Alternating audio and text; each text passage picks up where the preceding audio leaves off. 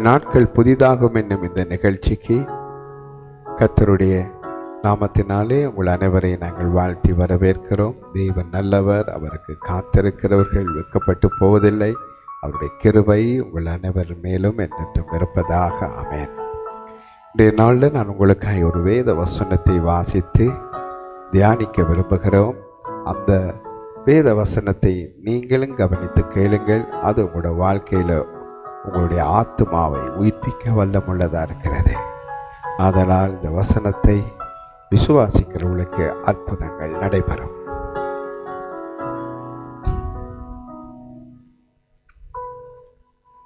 சங்கீதம் 19 அதிகாரம் 7 வசனம். கர்த்தருடைய வேதம் குறைவற்றதும் ஆத்துமாவை உயிர்ப்பிக்கிறதுமாயிருக்கிறது.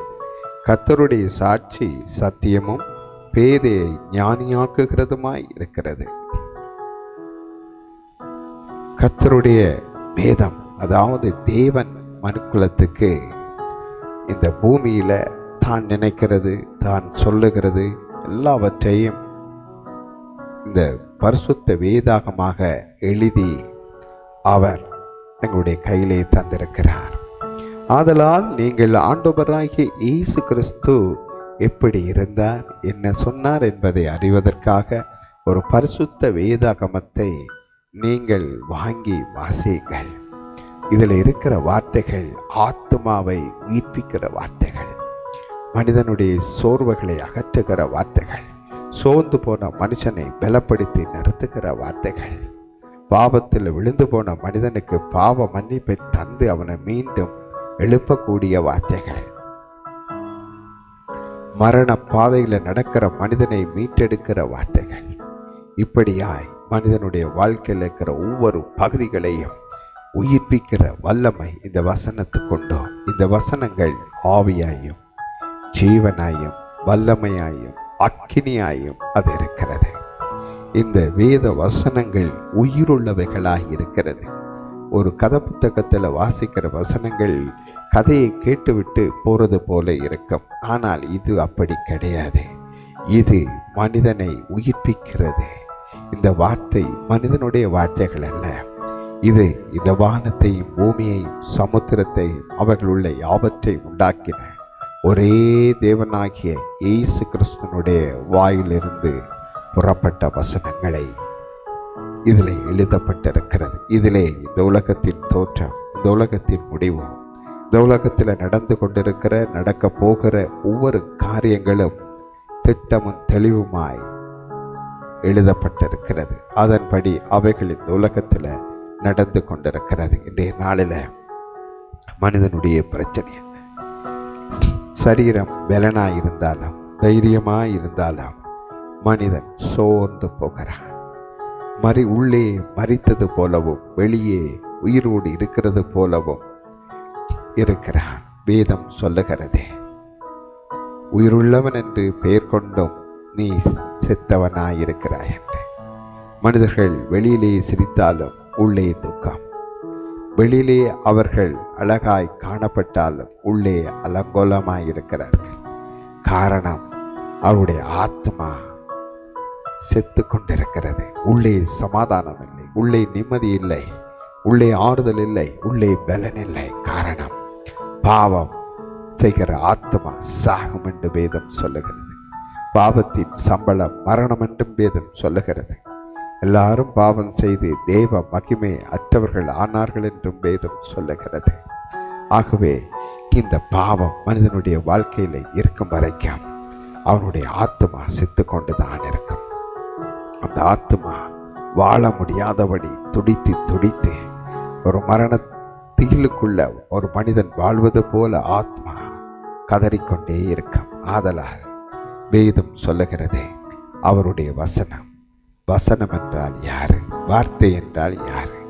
வேதம் சொல்லுகிறதே, ஆதியிலே வார்த்தை இருந்தது, அந்த வார்த்தை தேவனிடத்தில் இருந்தது, அந்த வார்த்தை தேவனாய் இருந்தது, அந்த வார்த்தை மாம்சமாகி கிருபையினாலும் சத்தியத்தினாலும் நிறைந்தவராய் இயேசு கிறிஸ்து என்னும் பேரிலே இந்த பூமிக்கு வந்தார்.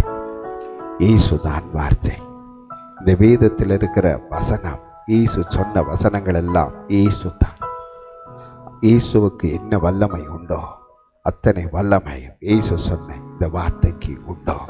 ஆதலால் பிரியமானவர்களே, சோர்ந்து போய் துக்கத்தோடு வேதனையோடு வியாகுலத்தோடு எதிர்காலத்தை குறித்த கேள்விகளோடு என்ன நடக்கும் என்று தெரியாமல் தடுமாறி தடவிக்கொண்டோ ஒரு குருடன் எப்படி சுவர தடவி தெரிகிறானோ அதே போல எதிர்காலத்தை தடவி கொண்டிருக்கிற சகோதரனே சகோதரியே, இயேசு என்ன சொல்லுகிறார் என்று கவனித்து பாருங்கள். என்னுடைய வார்த்தைகள் உடைய ஆத்மாவை உயிர்ப்பிக்கும் என்று வேதம் சொல்லுகிறது. ஒரு பரிசுத்த வேதாகமத்தை வாங்கி வாசியுங்கள். பரிசுத்த வேதாகமம் இப்படி ஆன ஒரு புத்தகமாய் இருக்கிறது. 66 புத்தகங்கள் அதற்குள்ளே இருக்கிறது. உலகத்திலே பல பல காலங்களில் வாழ்ந்த பல மனிதர்கள் எழுதின புத்தகம் இது. அவர்கள் ஒருவரோடு ஒருவர் சந்தித்தது ஒரு சிலரை தவிர மற்றவர்கள் இல்லை. அவர்களுடைய காலங்களில் நடந்தவர்கள் எழுதப்பட்டு அவைகள் வேதத்திலே ஒன்று சேர்க்கப்பட்டு ஆச்சரியமான ஒரு புத்தகமாகி அது இருக்கிறது. இந்த உலகத்திலே அதிகமாய் விற்கப்படுகிற புத்தகமும் வேதாகமம்தான். உலகத்திலே இது தலை சிறந்த புத்தகம். ஒரு முறை ஒரு நாட்டினுடைய தலைவர் தன்னுடைய நாட்டிலே ஏற்பட்ட பிரச்சனைகளுக்கு பதில் செய்யவும் பிரச்சனைகளை தீர்க்கவும் அவரால் முடியவில்லை. அப்பொழுது அவருக்கு என்ன செய்வதென்று தெரியவில்லை. அவர் சொன்னார், இந்த பரிசுத்த வேதாகமத்தை வாசித்து பாருங்கள், அதுவே உலகத்தின் பிரச்சனை அத்தனையும் தீர்க்க வல்லமை உள்ள வார்த்தைகளை பெற்றிருக்கிறது என்று. அதே போல உங்களோட வாழ்க்கையில் இன்றைய நாளில் பிரச்சனை இருக்கலாம். ஆத்மா செத்தது போல உங்களோட வாழ்க்கை இருக்கலாம். மரித்த நிலையில நடமாடும் பிணமண்டி சொல்லுவார்கள். நடை பிணமா என்ற வாழ்க்கை இருக்குதுன்னு. அப்படி இன்னைக்கு நீங்க இருக்கலாம். ஆனா ஈசுங்கிற இந்த வார்த்தையை வாசித்து பாருங்கள். இந்த வார்த்தை உங்களோட பேச வல்லமை உள்ளது. இந்த வார்த்தை சொல்லுகிறபடி உங்களோட வாழ்க்கையிலே காரியங்கள் நடக்கும். இந்த வார்த்தை பரிசுத்த ஆவியானவர்னால் எழுதப்பட்டிருக்கிறது. இந்த வார்த்தை சத்தியம். இந்த வார்த்தை உண்மை. இதில் எழுதப்பட்டதில் ஒன்றும் பொய் கிடையாது. பரிசுத்த ஆவியானவர் எழுதி வைத்திருக்கிறார் இயேசுவின் வார்த்தைகளை. இந்த வார்த்தைகளை பெற்றுக்கொள்ளுகிற மனுஷன் பாக்கியவான். வேதம் சொல்லுகிறது, இந்த வசனத்தை வாசிக்கிறவனும் கேட்கிறவனும் அதன்படி கை கொள்ளுகிறவனும் பாக்கியவான் என்று. இயேசு உங்களை நேசிக்கிறார். ஆதலால் அவர் 2000 ஆண்டுகளுக்கு முதல் இந்த உலகத்தில் வந்த உங்களுடைய பாவங்களையும் சாபங்களையும் வியாதிகளையும் துக்கங்களையும் அவர் தன் சரீரத்தில் ஏற்று சிலுவை மேல சுமந்து தீர்த்து அவர் மரித்தார்.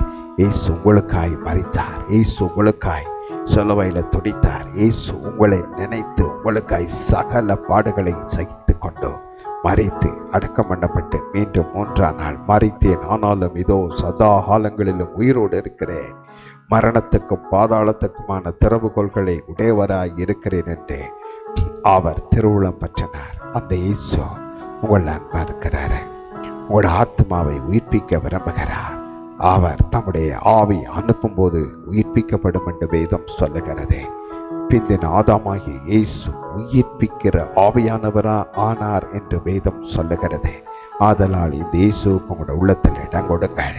எங்கெங்கெல்லாம் ஆத்மா மரித்து போய் இருக்கிறதோ அல்லது ஆத்மா உணர்வுழந்து இருக்கிறதோ அதையெல்லாம் அவர் உயிர்ப்பிப்பார். வேதம் வசனம் சொல்லுகிறது, வேதம் குறைவற்றதும் ஆத்மாவை உயிர்ப்பிக்கிறதுமாய் இருக்கிறது. ஆகவே இந்த வேதத்தை வாசியுங்கள். இது உங்களை உயிர்ப்பிக்கும். மரித்த ஒரு மனிதனை எழுப்புறதுக்கு ஒப்பாய் செத்து போனவங்களோட வாழ்க்கையை ஜீவனுள்ள வாழ்க்கையாய் மாற்றும். ஆகவே இன்றைய நாளில் இந்த இயேசு உங்களுக்கு வேணுமானால் என்னோடு சேர்ந்து இந்த பிரார்த்தனையை சொல்லுங்கள். அவர் உங்களோட வாழ்க்கையை உயிர்ப்பிப்பார். இன்றைய நாளில் பிதாவே, உடைய குமாரன் இயேசுவை என் உள்ளத்திலே நான் இப்பொழுதும் என் சொந்த தெய்வமாய் ஏற்றுக்கொள்கிறேன். இயேசுவே எனக்குள்ளே வாரம். நான் ஒரு பாவி, என் பாவங்களை மன்னியும். இயேசுவை உடைய இரத்தத்தினால் என்னை கழுவும், பரிசுத்தமாக்கும். என்னுடைய வாழ்க்கையை உங்களுடைய கருத்தில் ஒப்புக் கொடுக்கிறேன். என்னை உங்களுடைய பிள்ளையாய் ஏற்றுக்கொள்ள மாட்டவரேன்.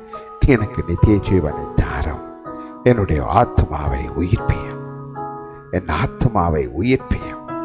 மரித்தோரு கொப்பாய் என்னுடைய வாழ்க்கை செத்து போய் இருக்கிறதாண்டவரே, என் வாழ்க்கையை உயிர்ப்பியும். இயேசுவின் நாமத்தில் ஜெபங்கேளும் பிதாவே, ஆமேன் என்று சொல்லுங்கள். அப்படியே இயேசு உங்களோட வாழ்க்கையை உயிர்ப்பிப்பார் வேண்டும். அன்புள்ள தேவனே, இந்த செய்தியை கேட்ட ஒவ்வொருவருடைய ஆத்மாவை உயிர்ப்பையும் அவர்களை ரட்சியும், அவர்களுக்கு நித்திய ஜீவனை தாரும். இயேசுவின் நாமத்தில் ஜெபிக்கிறோம் பிதாவே, ஆமென். பிரியமானவர்களே, கவலைப்படாதிருங்கள். இயேசு உங்களுடைய ஆத்மாவை உயிர்ப்பித்திருக்கிறார். சந்தோஷமாயிருங்கள். ஆமென்.